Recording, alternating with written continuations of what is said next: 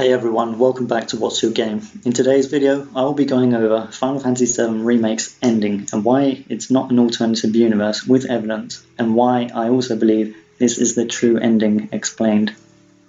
Alright, so let's go. Okay, so first off, Sephiroth makes his appearance and then he does his little speech. We can then see the camera pan out to show that the Whispers seemingly form a dome around Midgar.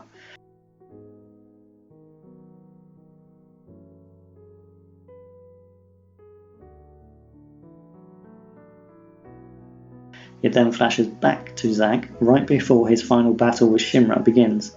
Now, this is key. There's a reason Square Enix decided to cut back to Zack's / the past at this very moment, right before Cloud and Party in the present also begin their final battle against Destiny. Notice again how the same dome that formed in the current timeline, Midgar, has also formed around past Midgar.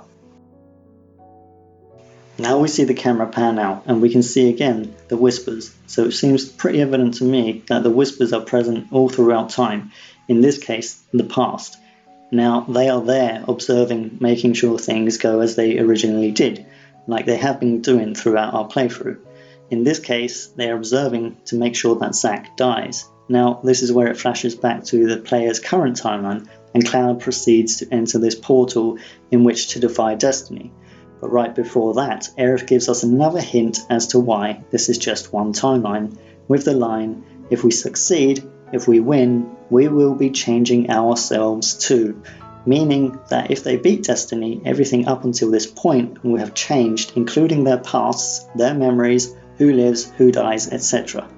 Now, let's get back to the battle with Destiny. Throughout that battle, we are destroying parts of the Harbingers of Fate. Meaning that in the past, where Zack is fighting with the Shinra troops, the Whispers are disappearing because of Cloud and Party's current actions in the future, destroying the various different parts of the Harbingers. Although we don't directly see how Zack defeats the troops, it is evident he wins due to the fact that as it flashes back to the past, the Whispers that were observing Zack are no longer there, meaning they have dissipated before they could intervene and inevitably kill Zack. Now, bearing in mind this takes place right before the explosion, or the Big Bang, as I like to call it. Now, during that fight with Sephiroth, after you defeat him, we can see a big ball of light start to emanate from him, similar to that of which we see in the past, i.e. the explosion / Big Bang, meaning that the light that we saw through defeating Sephiroth is the same Big Bang that knocks Zack to the floor, and is also confirmation that all Whispers of Fate have now been destroyed throughout time, hence why Zack lives. Another confirmation to this theory is the bag of crisps. Okay, now a lot of people assume that this is a different timeline because Stamp is now a different dog, a terrier of some kind, whereas before he was a beagle / hound. Okay, well this again is just another way of telling the players that the timeline has changed, the past has been rewritten, and also if you look at the top corner of the packet, you can see it says original, and it's these little clues that lead me to believe they were intentionally put there by Square Enix to help us figure this out. Also, that this is the original timeline, not an alternate one. Alright, next up we see Midgar and what remains of the Big Bang / Whispers as they slowly dissipate. Around the city we can see that the 7th Heaven sign is broken differently from what it was before, meaning again the past has changed, and finally the camera moves into the orphanage. Now here's where I got confused. When I first saw the ending, I initially thought the gloves and the ribbon we saw on the table were Tifa's gloves and Aerith's ribbon. However, I thought again, if that's Aerith's ribbon, how can she still be wearing the one she's got? So I started doubting my own theories and thinking, damn, maybe this is an alternative universe after all.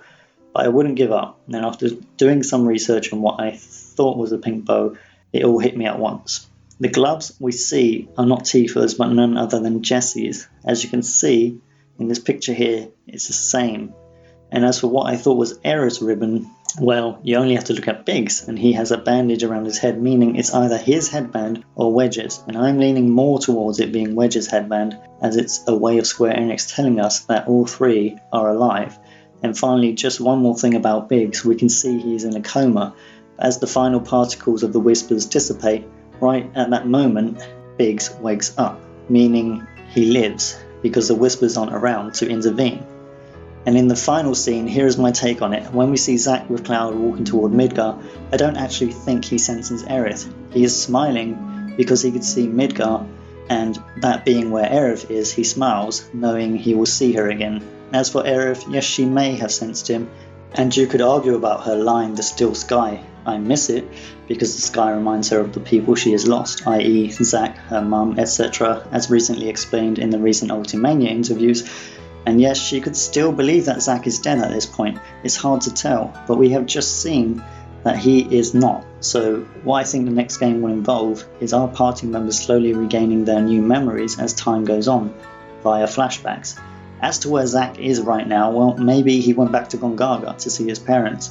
Nevertheless, we will find the answers soon. And quickly, just one final thought as to why I decided to call that explosion the Big Bang.